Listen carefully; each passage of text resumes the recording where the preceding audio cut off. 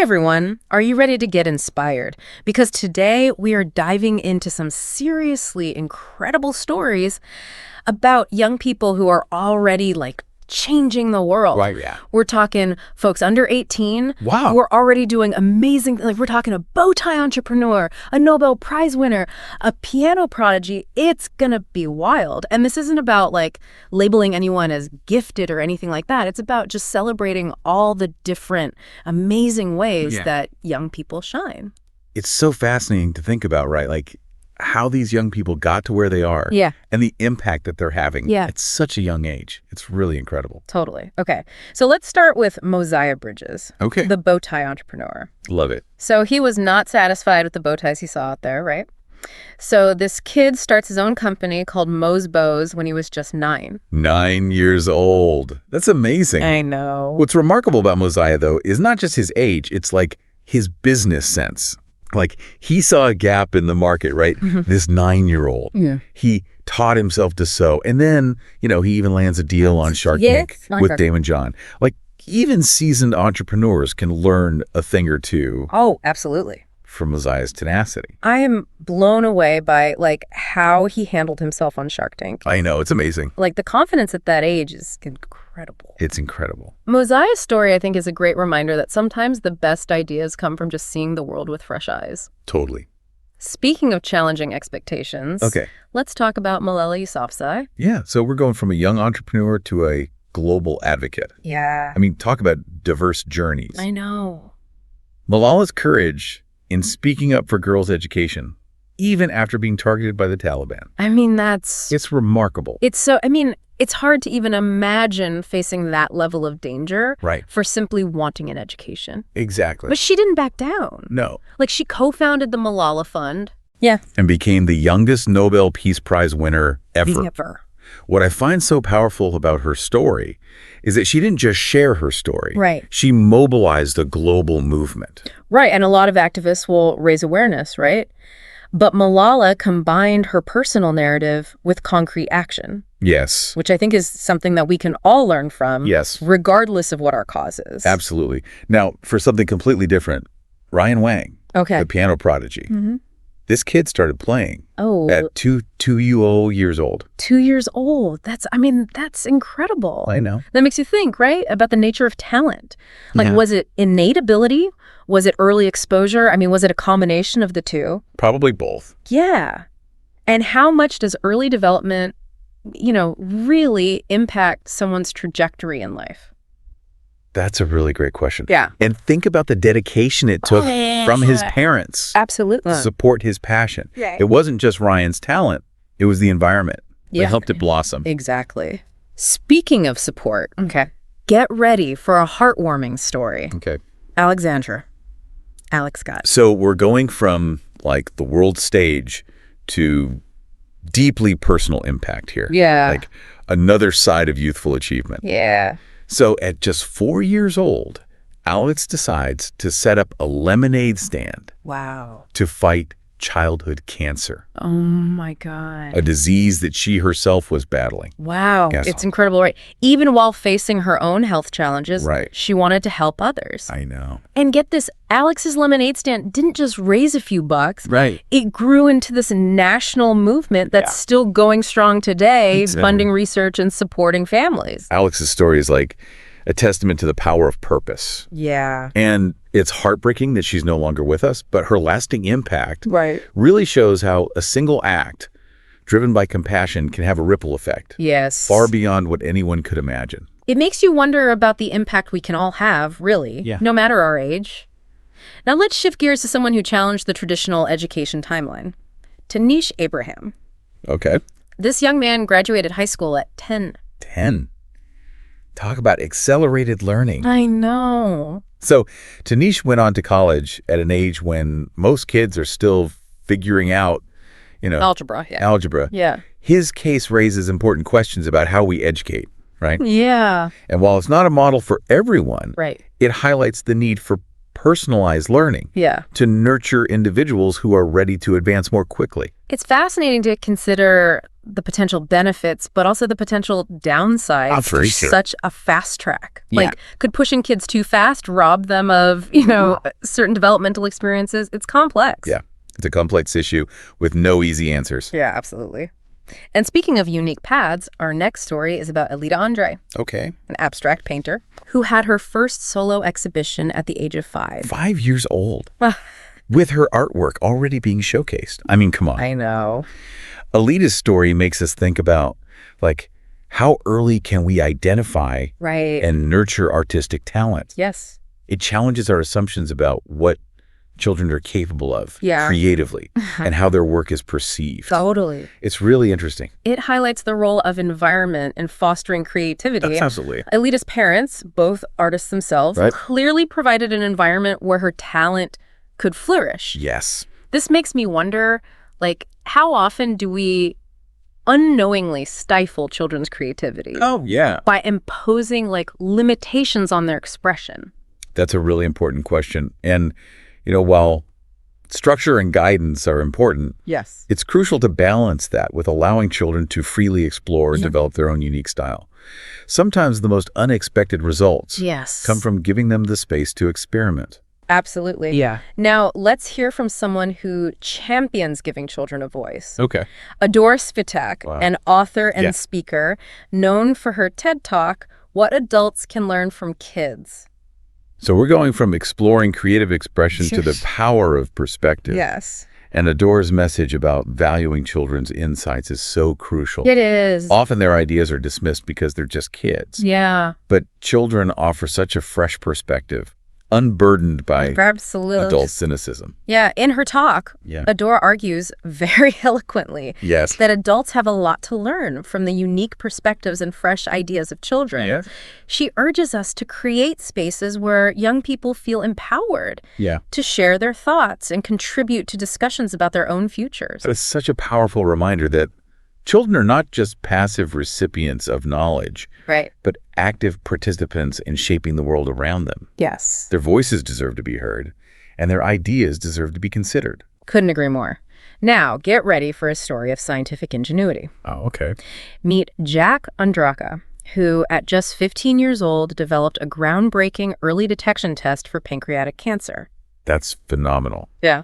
Pancreatic cancer is notoriously difficult to diagnose early, Yeah. and Jack's innovative test, which uses this simple dipstick method to detect a specific biomarker, Yes. has the potential to, revolutionize treatment. Oh, wow. This isn't just youthful enthusiasm. It's a real scientific contribution. It's incredible what young minds can achieve when they're passionate about solving problems. Total. And this wasn't just a lucky break. Right. Jack spent countless hours researching and experimenting. Oh, yeah? His dedication shows that age isn't a barrier to making a real difference in the world of science. Totally. And his story also highlights the importance of providing resources and mentorship to budding scientists. Right. Because his success wasn't just about his own brilliance. Yeah. It was also about the support that he received Yeah. from mentors who believed in his potential. Yeah. Now let's hear about another young entrepreneur with a heart of gold, Corey Neves. So from the lab to the kitchen, Right. these stories just keep getting more inspiring. They really do. Corey started his cookie business, Mr. Corey's Cookies, at the age of 6 6. Wow. to help his mom support their family. Starting a business at 6 is amazing in itself. I know. But what's even more remarkable is Corey's motivation. Yeah. He wasn't chasing, fame or fortune. Right. He was driven by love for his family and a desire to contribute to their well-being. It's a testament to both his entrepreneurial spirit Yeah. and his deep sense of responsibility. Absolutely. He started by selling cookies from a lemonade stand and then expanded to include this whole range of delicious baked goods. That's great. Corey's success isn't just about tasty cookies. Right. It's about his inspiring journey of resilience Yeah. and determination. It's a beautiful story. Corey's story reminds us that entrepreneurship can come from a variety of different motivations. Yeah. Not just profit. Yeah? Sometimes the most successful ventures Yes. are fueled by a desire to make a difference Right. in the lives of those that we care about most. So true. And speaking of making a difference, for our final spotlight, let's turn to Gitanjali Rao, Okay. a young inventor and scientist who's dedicated to solving global issues. Okay. Buckle up, because this one is truly impressive. Yeah, she's amazing. At just 12 years old, inspired by the Flint water crisis, Right. Gitanjali developed a device that can detect lead in drinking water. I mean, that's incredible. I know. And her innovation has earned her, numerous awards and accolades, Oh, yeah. including being named Times Kid of the Year in 2020. Wow. But what's truly inspiring Yeah. is that she didn't stop there. No. Gitanjali continues to use her platform to advocate for STEM education Right. and inspire other young people, Yeah. especially girls, to pursue careers in science and technology. It's so inspiring to see young people like Gitanjali using their talents to tackle such important issues. Absolutely. And her story really highlights the power of encouraging young people, especially girls, to engage in STEM fields. Yes. Who knows what amazing solutions they'll come up with, right? It's a reminder that the next generation has the potential to solve Yeah. some of the world's most pressing challenges. Yeah. And by fostering their interest in STEM, Right. we're not just investing in their futures, Yes. we're investing in the future of our planet. That's beautiful. Yeah. I love that. It's just mind-blowing to see these young people excelling in their fields, but Yeah. also using their platforms to inspire others. Yeah. They're proving that you don't have to wait to grow up to make a difference. Exactly. They're taking action now. Their stories really challenge our assumptions about age and achievement. Yeah. And it's like a wake-up call. That potential can blossom at any age. Mm-hmm. And we need to nurture those talents, not just wait for adulthood. Totally. And it's so clear that none of them did this alone. They had, families, mentors, communities who believed in them. Support systems. Yeah, that support is huge. It's so important. I think that's a huge takeaway, the power of a supportive environment. Absolutely. And think about someone like Ryan Wang. Yes. Natural talent aside, Right. imagine the hours that his parents put in. Oh, yeah. Driving him to lessons, creating practice routines. That level of dedication behind the scenes is often overlooked. It makes you wonder how many, potential Mosiahs and Malalas are out there, Right. but just lack that crucial support system. Which brings up something I've been thinking about. Okay. So we've been focusing on these, extraordinary individuals, but what about the everyday young person? Yeah. How can we as a society do better to help all kids find their path? That's the million-dollar question. Yeah. I think it starts with recognizing that every child has their own unique strengths, right? Right. We need education systems that value diverse learning styles, Yeah. not just a one-size-fits-all approach. Totally. And it's not just academics. Right. We need to nurture emotional intelligence, resilience, Yes. the ability to bounce back from setbacks, because life throws curveballs no matter your age. You got to be able to roll with the punches. You do. And so we need to equip young people with the tools to navigate challenges, build healthy relationships, and develop that strong sense of self-worth. Yes, These are skills that will serve them well throughout their lives, regardless of what path they choose. absolutely. We've talked about the importance of mentorship. Imagine if every young person had someone in their corner, like Damon John was for Mosiah, Yes. to guide and inspire them. Mentorship can be so transformative. Oh, totally. To have someone who believes in you, who offers advice and encouragement, can make all the difference, especially during, those tough teenage years when self-doubt can creep in. Oh, absolutely. What if we shifted from a culture that often tells kids to wait their turn Right. to one that actively empowers them to take initiative? I love that. What if we celebrated trying and failing Yes, as much as we celebrate success? that's a powerful shift in mindset. Right. Instead of viewing adolescence as this waiting room for adulthood, Yeah. imagine if we saw it as a time to experiment, explore passions, Yes. and develop the skills they need to make a real impact. Exactly. It's about creating a culture that says your ideas matter, your voice matters. Yes. And you have the power to make a difference right now. We often talk about young people as the leaders of tomorrow, but they can be leaders today. Absolutely. We need to create opportunities for them to lead, Yeah. to participate in decision-making processes, Yes. and contribute their unique perspective Yeah. to solving problems. Yes. And that brings us to another crucial element: access to resources. Yeah. Not every child has the same opportunities, and that needs to change. Access to quality education, technology, mentorship programs, and extracurricular activities should be a right, not a privilege. Yes. And by leveling the playing field, Yes. we can unlock the potential of so many young people who might otherwise be overlooked or left behind.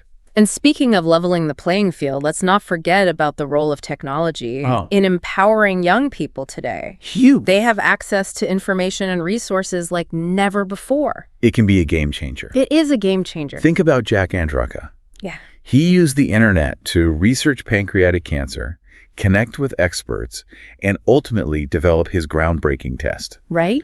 Technology has given young people the tools to pursue their passions, connect with others who share their interests, and even launch their own ventures from a young age. It's fascinating to see how young entrepreneurs like Mosiah and Corey have leveraged social media to build their brands and connect with customers. Totally. Social media, when used effectively, can be a powerful tool for young people to showcase their talents, and build a following. Right. And it's not just about business, though. Right. Technology has also empowered young activists like Malala to amplify their voices and advocate for important causes. Yes. On a global scale. Absolutely. Imagine if Malala hadn't had access to the internet and social media. Yeah. Her message might not have reached so many people around the world. Malala's story shows how technology can be such a force for good, helping young people connect, share ideas, and mobilize for change. It's really powerful. It is. It's a reminder that we need to ensure equitable access to technology so that all young people have the opportunity to benefit from its potential. Absolutely. Yeah, it's amazing to think about how technology can be like such a powerful tool for connection and change. But even with all the resources in the world, there's one thing that you can't teach or, download. Right. That spark, the initiative. The drive. The drive to make things happen. Absolutely. And we've seen that in every story today, whether it's, Mosiah seeing a problem with bow ties or Alex wanting to help other kids with cancer. It starts with this simple desire to make a difference. Yeah, and it's not always about those grand gestures. Sometimes it's about those small acts of courage, like Malala speaking up in her classroom or Corey baking cookies to help his family. Right. It's about taking that first step, even if it seems really small at the time. What's so fascinating is how those small acts can ripple outwards. Yeah. Think about Alice's lemonade stand. I know. It began with a little girl's desire to help, and it grew into this nationwide movement that's impacted countless lives. It's crazy. It's a powerful reminder that we all have the potential to create change, no matter our age, no matter our resources. Sometimes it just takes a little spark of inspiration, the courage to act on it. I think that's where these stories we've talked about today can be so impactful. Yeah. They show us what's possible when young people are empowered to pursue their passions and make a difference. They challenge us to rethink our own assumptions about age and achievement, and to create a world where every young person has the opportunity to shine. I love that. It's not just about celebrating these incredible individuals. It's about using their stories as a catalyst for change. What can we learn from them? How can we support the next generation of change makers? Well, I think it starts with listening to young people. Yeah. Truly listening. Valuing their perspectives. Yes. It's about creating spaces where they feel safe. To share their ideas. To experiment. To take risks. And yes, even to fail. Absolutely. Because failure is often a stepping stone to even greater success. And it's about recognizing that talent and potential come in so many forms. It's not just about academic achievement or entrepreneurial success. It's about nurturing creativity, compassion, critical thinking, and all those qualities that make young people such a force for good in the world. We need to move beyond seeing young people as simply the future. They're not just waiting in the wings, they're already here, making a difference every single day. And by supporting them, by believing in them, we're not just investing in their future, we're investing in all of our futures. I couldn't agree more. This deep dive has been so inspiring, and I hope it's left you feeling, energized and hopeful about the future. Me too. Remember, age is just a number. Whether you're 9 or 90, you have the power to make a difference. So go out there, find your passion, and make your mark on the world.